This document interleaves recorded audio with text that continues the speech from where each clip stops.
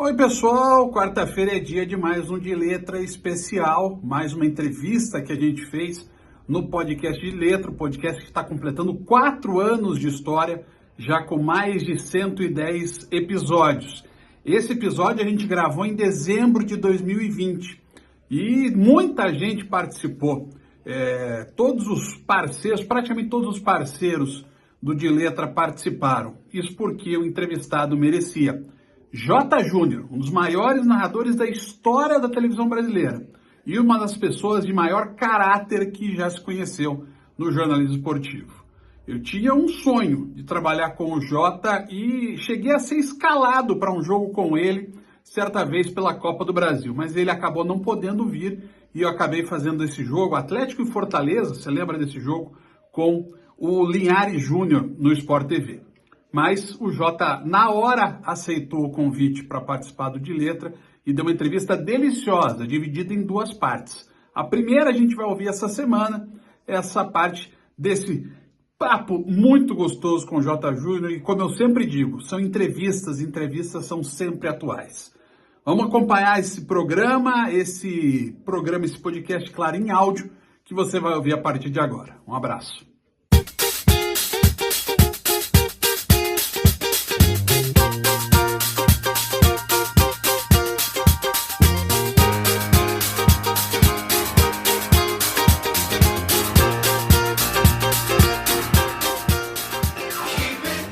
Pessoal, começando mais um podcast de letra para você. Você sabe que nós estamos agora no 12, acompanhando tudo sobre o esporte, essa plataforma do GRPcom. E hoje todo o GRPcom reunido, tem TV, tem jornal, tem rádio, tem todo mundo aqui.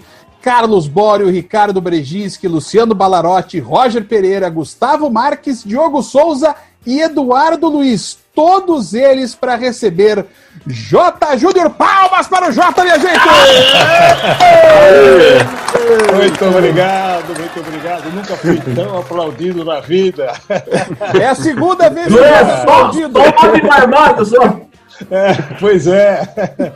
Muito obrigado, pessoal. Obrigado, Cristian. Obrigado a todos. Puxa vida, que gostoso, hein? Primeiro que eu fiquei muito contente, realmente, quando você me convidou, né? Pra gente participar aqui do podcast de letra. Fiquei contente mesmo. E agora, com esse time aí, tô até preocupado como é que eu vou me defender aqui.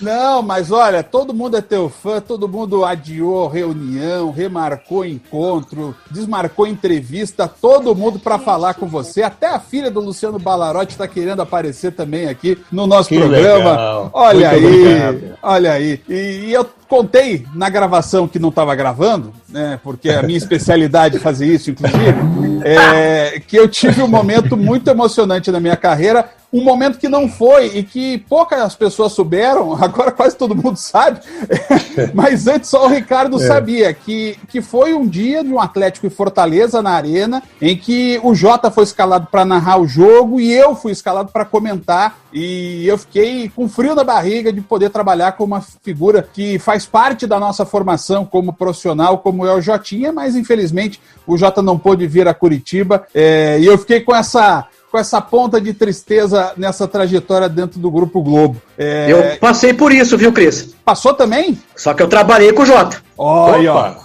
Joga na eu me lembro. Opa! Claro que você vê a tristeza. Foi em Joinville no jogo do Atlético. Só eu não lembro o adversário, viu, Jota? Eu tava pensando hoje cedo. O Atlético teve problemas com jogos aqui em Curitiba e acabou jogando aqui em Santa Catarina, em Joinville. Isso. E aí eu fazia trabalho pro Sport TV como freelance e a gente participou de uma jornada. E olha, Cris, realmente, o repórter tem que estar preparado, porque quando encara o Jotinha, mas ele é muito simpático e continua sendo naturalmente. Assim, a gente fica nervoso na entrada, na passagem que a gente diz, né, no jargão jornalístico, a gente aparece para as câmeras, mas durante assim a transmissão foi muito tranquilo, e tenho essa felicidade de falar que já trabalhei com esta lenda do rádio e também da TV brasileira.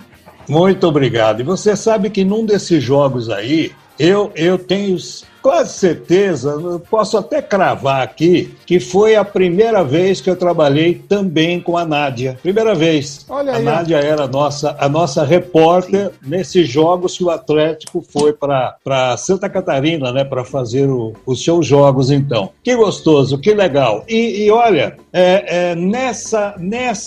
do canal escalar repórteres, comentaristas de outras praças foi espetacular para nós, espetacular, né? Porque, primeiro, a gente vai conhecer pessoas, né?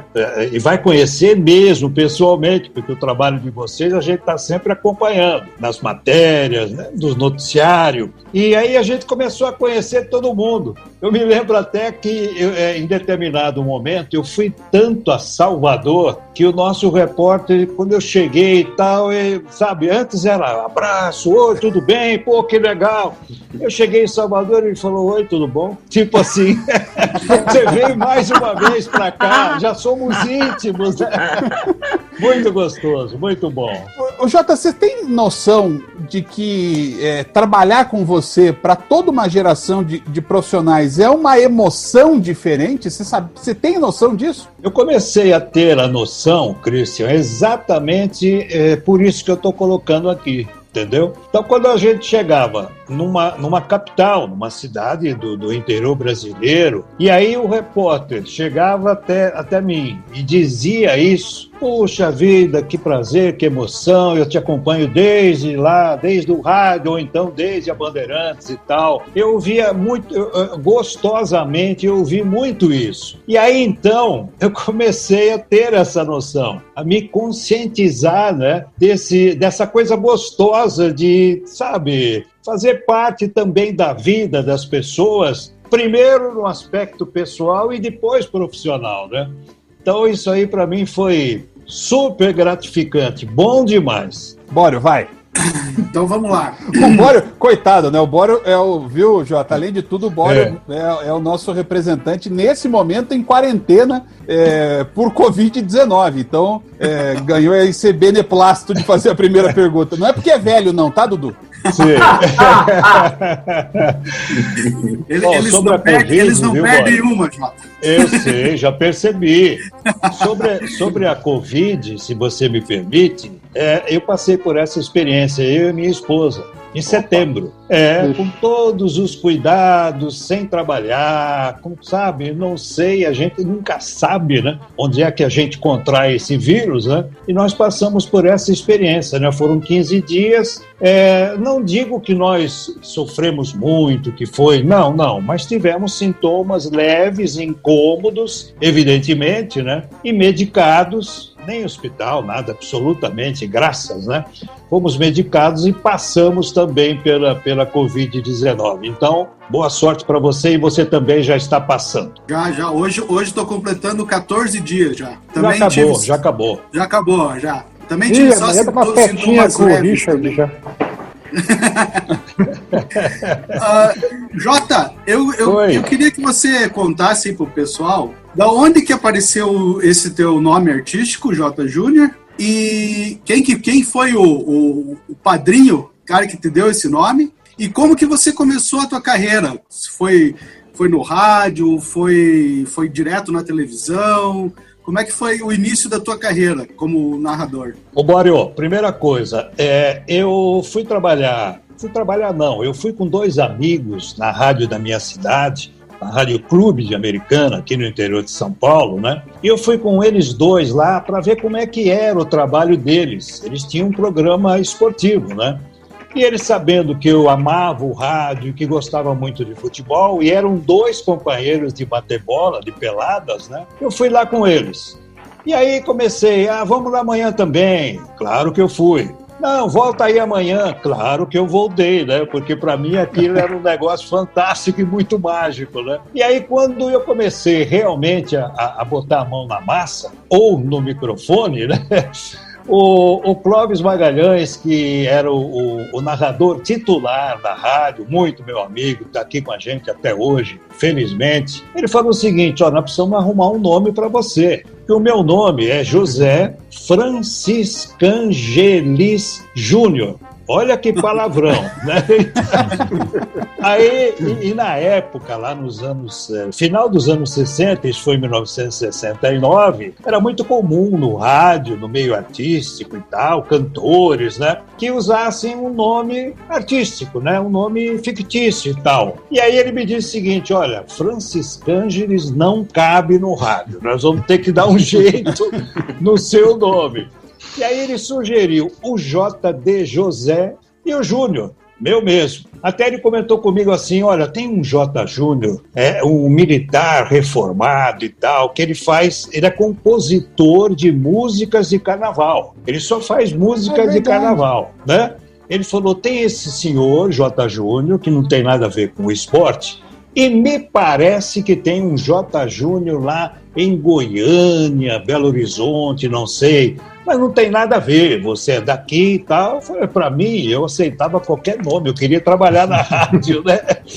E aí ficou, então, o J. Júnior. E eu comecei, então, assim, eles me levando para a rádio, né? Eu com aquela curiosidade monstruosa, né? Para conhecer o que era o rádio nos seus bastidores. E comecei, simultaneamente, eu comecei também a escrever num jornal aqui da cidade, que eu tinha amigos jornalistas, eles também me carregaram para escrever no jornal. Olha só, eu vou contar para vocês... Dudu, só um pouquinho, uma sugestão, Dudu, faz uma vinheta aí para chamar o Francis Cângeles para narrar o jogo. Viu, Jota? O Dudu é o nosso homem vinheta, então ele faz vinhetas ao vivo durante o programa, é uma loucura. Eu quero uma, hein? José Francis Cângeles.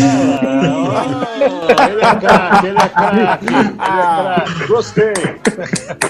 Muito bem, Dudu. Olha, pra você... A gente tinha o nosso J. Júnior aqui, né? O Jair Júnior, pô. Nosso narrador aqui também em rádio. Isso, exatamente. Trabalhou em São Paulo, na Rádio Capital, tudo. O príncipe do rádio. Príncipe.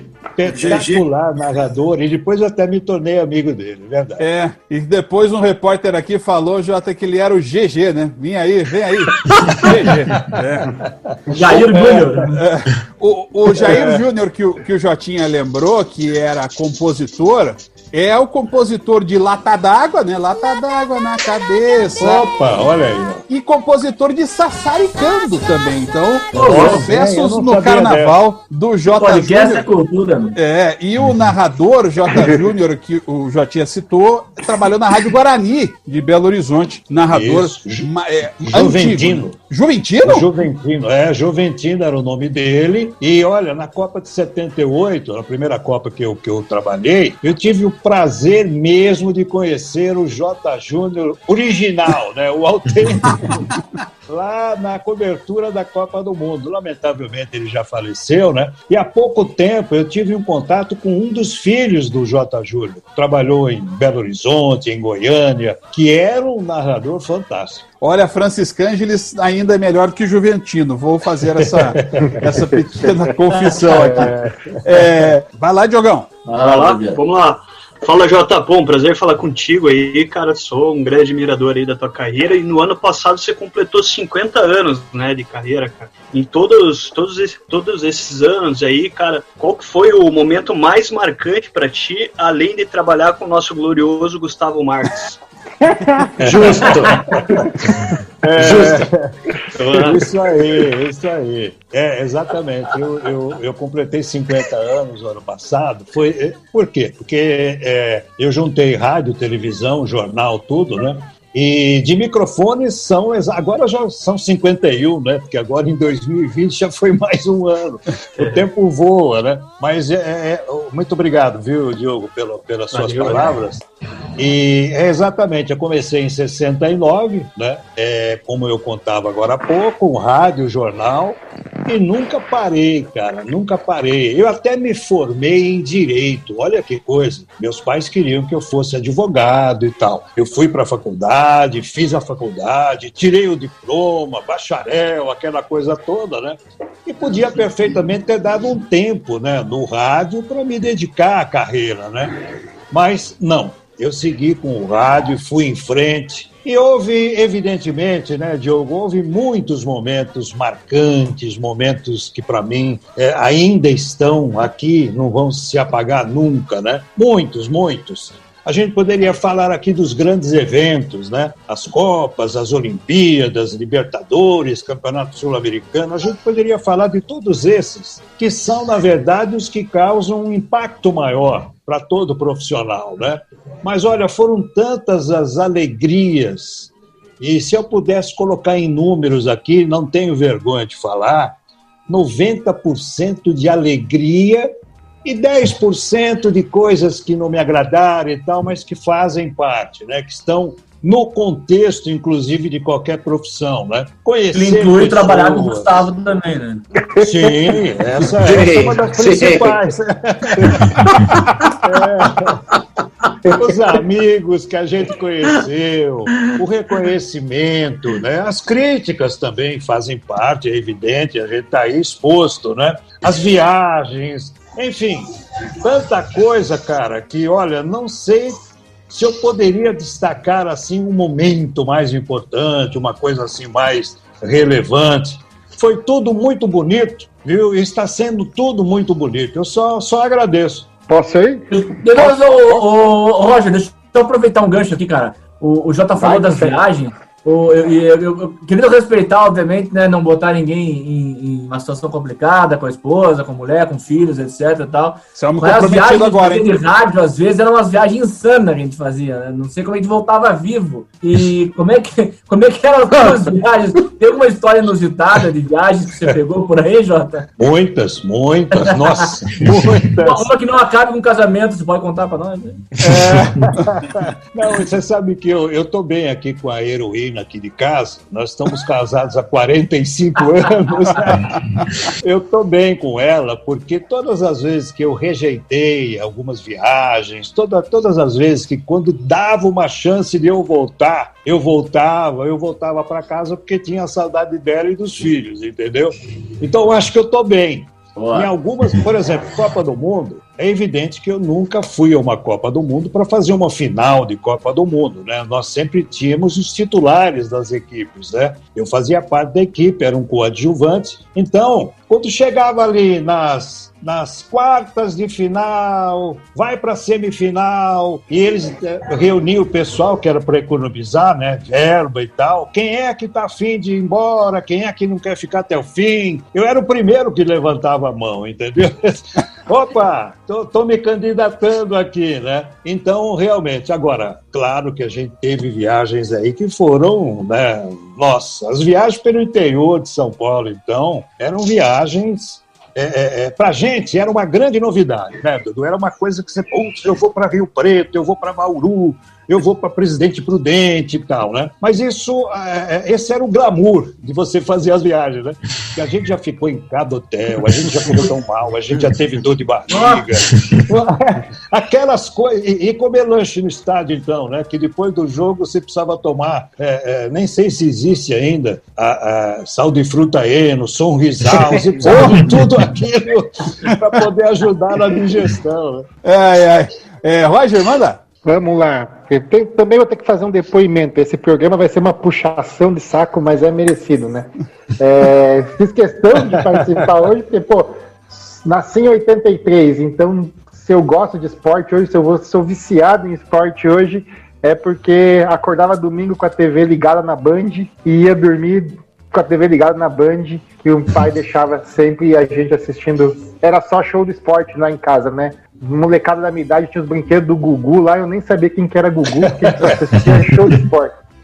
Eu queria, a minha pergunta já é nisso, assim, até já dá um salto aí na sua carreira, né? Falou bastante aí do começo no rádio. O que marcou esses anos de show de esporte, né? Que era, né, pra quem é mais novo, que hoje tem acesso a tudo e pode assistir o que quiser na TV, a hora que quiser, né? Qualquer jogo de qualquer campeonato do mundo, a gente tinha apenas no domingo ali 10, 12, 15 horas de programação esportiva na TV aberta. Que só tinha TV aberta, né? Não, verdade. O Show do Esporte foi uma página muito rica, né, da comunicação esportiva, né, como a gente chama, né? Por quê? Porque, como você colocou, a televisão até então ela perdia para o rádio, mas perdia direto no que diz respeito às transmissões, né? O rádio imperava. A televisão, de vez em quando, mostrava um jogo de futebol, de vez em quando tinha um campeonato para mostrar, né? Então, o rádio era realmente quem dominava, né? Então, o Show do Esporte, já no finalzinho, começo do segundo semestre de 83, quando o Luciano acertou com a Band o seu contrato, ele estava na Record ainda, né? Ele tinha que ficar até o final de 83 para depois assumir, mas o Show do Esporte já começou em 83, com o Juarez Soares comandando, Elia Júnior, Simone Melo, com toda a nossa equipe, né? E quando o Luciano reuniu todo mundo para dizer, olha, nós vamos colocar no ar 8, 9, 10 horas de esporte. Aí um olhou para o outro e tal, teve aquele que franziu a testa e falou, esse cara tá louco, como é que isso vai acontecer no futebol brasileiro? Ele tá viajando, né? Aquelas coisas, né? E eu também fiquei perplexo, porque eu falei, nossa, mas como é que ele vai colocar 10 horas, ou 8, ou 9, ou 10, num domingo de eventos no ar, né? Então a gente ficou meio assim, né? Mas depois, quando, claro, ele foi desenvolvendo o projeto, é que a gente foi vendo que tudo que ele falou não era fake, não, como está na moda. Era tudo verdade, era realmente um propósito, né? Era uma coisa planejada, né? E o que mais nos despertou e marcou, além de tudo que aconteceu naqueles quase 15 anos de Show do Esporte, foi o desafio que nós tivemos, nós comunicadores, né? Por quê? Futebol fazia, o basquete de vez em quando, mas os outros esportes, as outras modalidades, era algo, como a gente brinca sempre, era algo japonês para nós, né? A gente não sabia nada, absolutamente nada, a não ser a nossa curiosidade, né? Então foi um desafio para nós, foi um tal de estudar que vocês não imaginam as modalidades. Por quê? Porque já em 84 nós tivemos a Olimpíada de Los Angeles, né? E o tempo passava rápido, como hoje passa também, e a gente tinha que correr, né? De tudo aquilo que a gente tinha, não tinha internet, é claro, a gente tinha que pesquisar muito para saber o que era o atletismo, o que era o boxe, o que era a natação e tudo isso, né? Então, realmente, isso é que mais, pelo menos, me marcou. Quer dizer, me tirou da zona de conforto. Para fazer futebol, você pega o caderninho, pega o cronômetro, vai para o estádio e faz, né? É assim que a gente trata o futebol. Mas, realmente, viu, Diogo, isso aí foi o que mexeu muito com a gente e, felizmente, para o esporte brasileiro e para a televisão, mexeu com todo o país, né? É verdade. Ô, Jotinha, deixa eu aproveitar o gancho antes de chamar o Bala. Você chegou a narrar sinuca do Rui Chapéu também? Cara, eu ia perguntar exatamente isso. Eu pensei nisso. Narrei. Precisei aprender até a técnica da sinuca, porque eu não jogava, né? Eu não tinha esse lazer de jogar sinuca, né? E quem me deu as aulas foi o Juarez Soares. O Juarez, que professor, hein? Pois é. O Juarez, que era muito amigo do Rui Chapéu, do seu Túlio, né, que também ajudava a gente lá na transmissão. O Juarez é que me deu as coordenadas, porque teve um domingo que o Juarez não podia ir. O Juarez estava viajando para fazer futebol, né? E a gente, todos nós éramos ali uma espécie de coringa, entendeu? Futebol americano, hein? Quem vai fazer? Porque não sei quem não pode, o Luciano não pode. Então, todo mundo se escondia na sala, né? Para não fazer futebol americano. Mas então era assim, era com o futebol americano, com a sinuca. Nós fizemos até um mundial de tênis de mesa lá em São Paulo, no Sírio, acho que foi no Esporte Clube Sírio, entendeu? Nossa, quanta coisa que nós tivemos que aprender. Vai lá. Bom, Jota, aqui também, né? Tem que rasgar elogios mesmo para você, igual o Roger falou, que hoje vai ser uma puxação de saco, mas que é mais do que merecido, assim, né? Eu também, como o Christian comentou no começo, o Bório e ele somos os mais velhos aqui da turma. Eu cresci muito vendo o Show do Esporte, era uma coisa, fazia parte da nossa rotina de vida mesmo, de amante de esporte. Eu sempre gostei de todos os esportes, então para mim aquilo lá era uma maravilha, assim, então, né?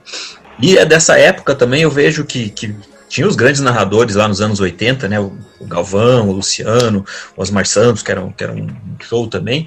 Mas eu tinha uma coisa que eu percebia, que eu sempre percebi, que é uma coisa que hoje em dia está muito na moda, que é essa coisa mais coloquial, essa coisa mais de você tá mais próximo de quem tá te ouvindo, para quem está narrando. Acho que isso você é um dos pioneiros nessa área, nesse jeito de narrar, né? De brincar, de conversar com o repórter de campo, mais na brincadeira, mais uma coisa mais leve, assim, tal, né? E antes era muito sério, eu acho que era muito engessado. Eu queria que você comentasse sobre isso, assim, se você acha que você ajudou a passar esse estilo. Bala, depois precisam me contar por que o Bala, hein? Eu quero saber. Meu sobrenome é Balarotti, não é? Esse não é nome artístico, esse é apelido. É apelido de família, assim, tá? Meu nome é Luciano também, né? Eu achei que eles estavam com bullying com você. Não. Apelido que pegou, mas que eu gosto. Que legal. Então, cara, porque eu passei do rádio para a televisão, né? Eu estava na Rádio Bandeirantes e comecei a fazer televisão um pouco antes da Bandeirantes, um pouco antes do Luciano chegar com o projeto dele, né? E aí eu tive uma passagem assim meio que relâmpago do rádio para a televisão. Então, quem narra em rádio, né? Os narradores vão me entender, a linguagem completamente diferente do que era a linguagem da televisão, lá naquela época. Você não podia levar para a televisão a velocidade, o ritmo, a dinâmica do rádio, porque, primeiro, os diretores não aprovariam. Tem essa, primeiro foi essa. E segundo, né, que a gente tinha que respeitar o veículo, né? Esse foi um dos aprendizados que eu apanhei para mim. Respeitar o veículo televisão, o que é? É você dar prioridade à imagem. A imagem é a mais importante, né? Claro, o comunicador é importante, o comentarista, o repórter, a equipe técnica, todos são. Mas a imagem é o que prende o telespectador para ele ficar vendo, para ele acompanhar, né? Então eu demorei um pouquinho para pegar a minha linguagem de televisão. Demorei um pouquinho, sim, porque eu estava tirando o rádio de dentro de mim, né? Eu precisava tirar o rádio e vestir a televisão, a linguagem da televisão, né? E aí eu tinha alguns narradores que eu admirava como na televisão, né? Eu tinha, por exemplo, o Luiz Noriega, da Cultura, pai do Maurício Noriega. Eu tinha o Raul Tabajara, lá nos anos 60, quando a TV Record começou a transmitir futebol. Olha onde eu fui, hein? Mas eu acompanhava o Raul Tabajara, o próprio Walter Abraão, né? Que foi um comunicador fantástico, e ele fazia o que você acabou de colocar. Ele fazia ali um intimismo com o telespectador, né? E também a maneira como eu sou, né? Eu jamais poderia ir para a televisão para tentar fazer o que o Osmar Santos fez na Globo, lá nos anos 85, 86. O Osmar é o Osmar, a linguagem dele era aquela, descontração, aquela coisa toda. Então, cada um coloca também nas narrações, eu acho, um pouco do que ele é, né? E eu me coloquei também, viu, Bala, como um telespectador. O que eu gostaria de que o comunicador me passasse, eu sendo telespectador? Então, eu sempre me preocupei com isso. Claro que você não agrada a todos. Você pode fazer uma transmissão um pouco mais lenta, um pouco mais pausada e tal, e você não vai agradar todo mundo. Tem aquele que gosta do kick, vamos lá e tal. Então, eu procurei o meu caminho, plagiando um pouco esses narradores, esses comunicadores, e ao mesmo tempo, né, colocando um pouco de mim, né, e respeitando a imagem da televisão. Muito bem, Ricardo. Jota, eu queria perguntar o seguinte, você completou aí 50 anos de carreira, que você falou, né, que sem parar, e aí de repente veio essa pandemia que teve que mudar toda a tua rotina, porque até quando o Christian falou que tinha convidado você, eu comentei ali com o pessoal, falei, estamos sentindo falta do Jota, porque mudou a rotina, você teve que se adaptar, não está podendo narrar os jogos. Como é que você se preparou para um ano que você teve que quase que tirar um ano sabático, né, para ficar longe das transmissões? Exatamente. Não, nossa, eu nem sei explicar, viu, cara, porque eu fiz a transmissão de Inter de Limeira e Palmeiras num sábado, dia 14 de março, e já estava aquele papo, né? Não, vai fechar, vai parar o futebol, vem aí a pandemia está aí, vamos ter então que, né, parar com o futebol, parar com os esportes, parar com tudo. Eu fiz aquela transmissão num sábado e saí de lá pensativo, né? Falei, bom, e agora? O que vai acontecer? Aí a gente ouvia alguém que dizia, não, são só 3 meses, fica tranquilo, que daqui a pouco resolve. Isso vai passar, né? Que é o que mais a gente ouve, né? Que vai passar, vai, mas tá demorando muito. Né? Pois é. E aí eu fui me conscientizando de que não era o caminho o apavoramento, não era o caminho você ficar apavorado, você se desesperar, você, de repente, arrancar os cabelos, não vou mais transmitir, não vou mais participar de nada e tal, né? Eu fui me conscientizando e aí acho que a idade ajudou muito, porque a gente vai amadurecendo muitas vezes sem querer. Sem você querer, você vai amadurecendo. E esse amadurecimento de encarar as realidades e de, quando não há outra saída, você aceitar a realidade, né? Isso me ajudou muito. E outra coisa que eu gostaria de deixar aqui muito claro, o comportamento da nossa empresa, sabe? A nossa empresa está tendo um comportamento extraordinário com o humano dos funcionários, né? Então, isso também ajudou muito, que a gente ainda recebe a cada 2 dias um e-mail, um memorando, o Christian sabe disso, expondo a situação, né? Esclarecendo, falando das providências, das cautelas todas que estão sendo tomadas e do apoio que está sendo dado a quem não está podendo trabalhar, né? Agora, por exemplo, que está crescendo de novo o número de infectados, né? E agora há pouco até eu fiquei sabendo do meu querido Luiz Carlos Júnior, né? Que pois também está infectado, o Vilani também, entendeu? O André Hernan. O André Hernan, sabe? Então, agora então a gente está mais do que consciente de que ninguém está a salvo de nada, né?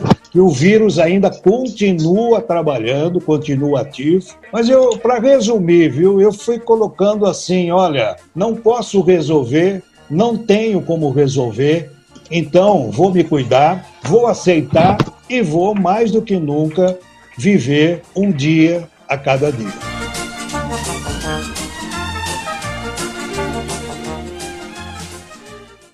Mais alegria e alto astral. Você está ouvindo Podcast de Letra.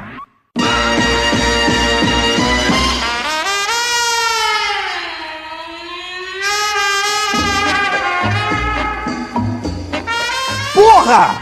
Pessoal! Que alegria! Que legal esse programa. Não, eu tô feliz pra caramba. Vou juro pra vocês, tô feliz pra caramba. O cara é muito feliz. Não, tá liberado, pô, né? Depois de tudo que a gente já falou, porra. Esse início foi dos melhores, hein? Esse início foi dos melhores aí, cara.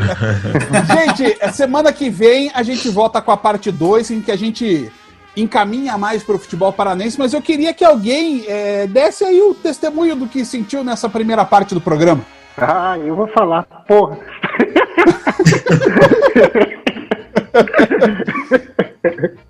Eu não sou dos participantes mais assíduos do programa, né? Porque estou fora da cobertura de esporte e às vezes a cobertura de política me impede de estar aí com vocês. Sempre que dá eu faço esforço, mas hoje eu mudei pauta, atrasei entrevista porque tinha que estar nessa gravação, cara. O cara é ícone, é aquilo que eu falei ali na minha primeira pergunta. A gente aí de 30 e muitos, 40 anos, cresceu assistindo o show do esporte, né? Afirma que desculpe aí, Christian, mas você não sabe. E cara, foi do caralho. É isso aí, gente. A gente volta semana que vem com a parte 2 do Papo do J. Júnior. Valeu, gente. Até. Valeu.